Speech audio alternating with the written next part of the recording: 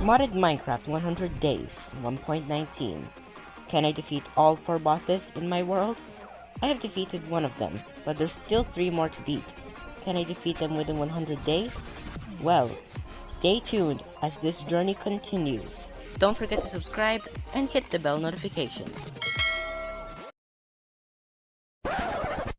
Hey, if you haven't watched part 1, 2, 3, 4, and 5, you must watch them before watching part 6. Anyway, day 42. I started to plan on building my house. I didn't like the location of the Plains village because I don't really like savannas, so I chose a location specifically for it. You will see later. For the roof of my house, I wanted spruce planks.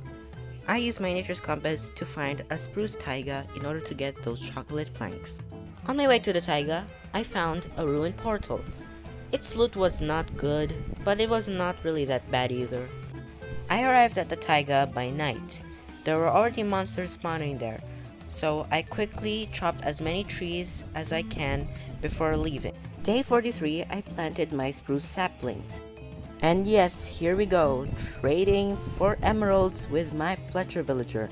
Yippee! I promise this will probably be the last time I'll be telling you that I am trading with my Fletcher villager. I then traded for a mending book and added it to my chestplate. Day 44 was mostly filled with chores. Night of day 44, I went back into the mines. However, I didn't go too deep. I just wanted some cobblestone and coal so I can smelt the glass and also probably use the stone for some other architectural work of arts.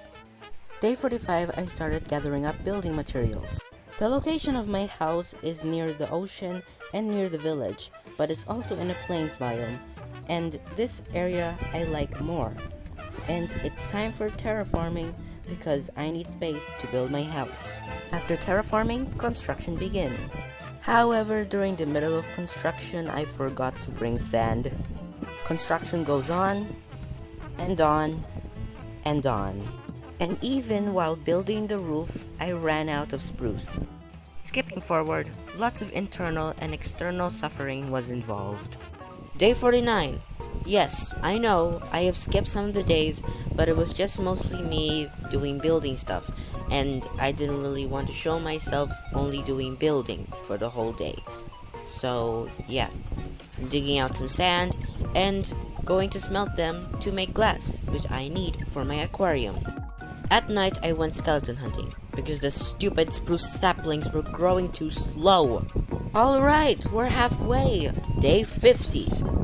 I went back to the taiga because I need more spruce planks and the spruce saplings barely gave me any wood. So it's time to return. After a while, I arrived back home and I started to work on my aquarium. Why do I want an aquarium, you ask? Well, I like fish and I like water. I like sea plants and everything else is basically marine life. So, yeah. Day 51, more internal and external suffering was involved on building the roof. The roof was really difficult to build. After a while, I got the design that I was happy with. A little more glass and the house is finally complete. This is actually the first house I've ever built in survival without ever watching a tutorial on how to build it. Day 53, I added some decorations outside the house. At night, I decided to return to the end. I decided to loot an end city in order to get a chestplate, boots, and diamonds. Okay, let me explain. Amethyst armor in the Easy Emerald Tools mod cannot be converted into netherite armor, so I will still need diamond armor in order to convert them into netherite. But why didn't I go mining? It's easier. Well, I don't like mining, and trust me, my terrible RNG with diamonds will not get me far. Well, what do you know, a diamond chestplate in the first end city I find. And even while exploring a little more of the city, I found diamond boots. This is what happens when a torrential hawk stings a spider. And here's fighting with 2 rapiers looks like. Day 54, I added protection, thorns, and unbreaking to my diamond chestplate. Day 55, I went back to the nether to find a drop bear. I managed to find one and killed them with my looting 3 glaive. Remember the elastic tendons from part 2?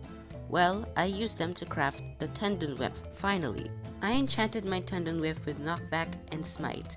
The only problem here is that the majority of the bosses in this game are not undead creatures, which Smite 5 is really good at.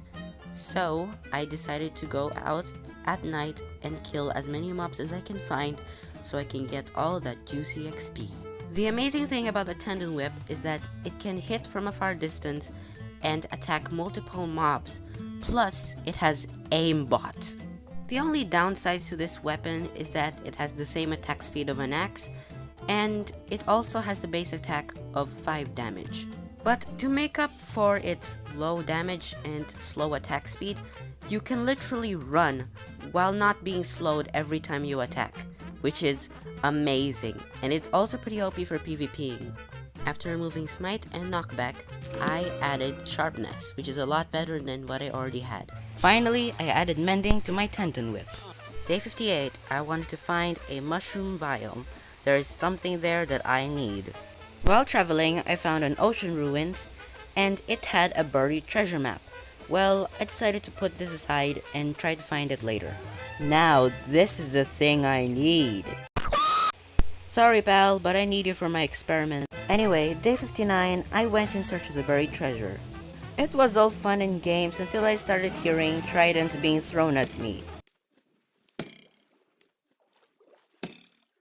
There apparently was a shipwreck and an ocean ruins nearby with so many drowned guarding it. The loot was not bad. A little more digging and I finally found the chest with gold, diamonds, and a heart of the sea. Before day 60, I returned to the nether to capture a crimson mosquito. In case you're wondering, I'm trying to create a Wart Musco, which is a mini boss in the Alex's Mobs mod. So the process of this is that I need to find a Mungus, which is the one that I found in the mushroom biome, put 5 warped fungus on their body, and finally a crimson mosquito needs to suck the blood of it. With the insect in the enclosure, it's time to fight the warped Moscow. After the transformation, he picked me up inside the enclosure and started to attack me. Well, the rest of the fight was pretty underwhelming. I made a little oopsie that my steak wasn't in my hotbar. With the defeat of the beast, I was rewarded with 5 hemolymph sacs and 1 warped muscle. Combine the drops with 1 blood sprayer, 1 proboscis, and 1 mimicream, we have the hemolymph blaster. This is amazing. Day 61, I started to work on my storage room. Also a little bit of decorating, adding signs to label the barrels in my storage room, a little more organizing. Before day 62, I started to work on preparations before the Voidworm fight. So I made 1 more gapple in order to survive the Voidworm's attacks. Day 62. Before returning to the end, I made sure to store all my items in the barrels and only taking what is necessary. I threw the mysterious worm into the void and it's time to fight. Now, to talk about the Voidworm. The Voidworm shoots deadly homing projectiles at you.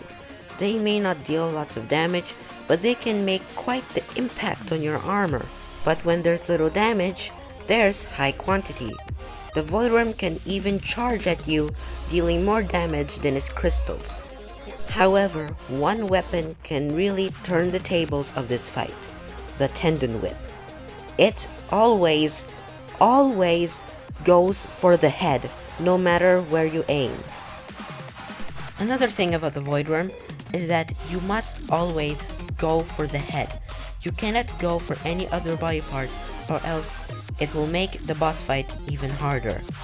But why should you go only for the head? First of all, if you kill one of its body parts, it will split into 2 bosses, even to 4. I am also using better combat, which means all the weapons will do a swipe attack instead of a critical hit, which is not really good for a Voidworm fight. The rest of the fight was pretty easy. The final strike, and we've defeated the second boss. With the death of the void room, it left this weird thing, I don't know what to call it, and it has the mandibles and the eye, which can be used to craft a dimensional carver. But it needs netherite. Alright, this is where I'm gonna end part 6. Don't forget to like, subscribe, and share this video to your friends and family. Bye!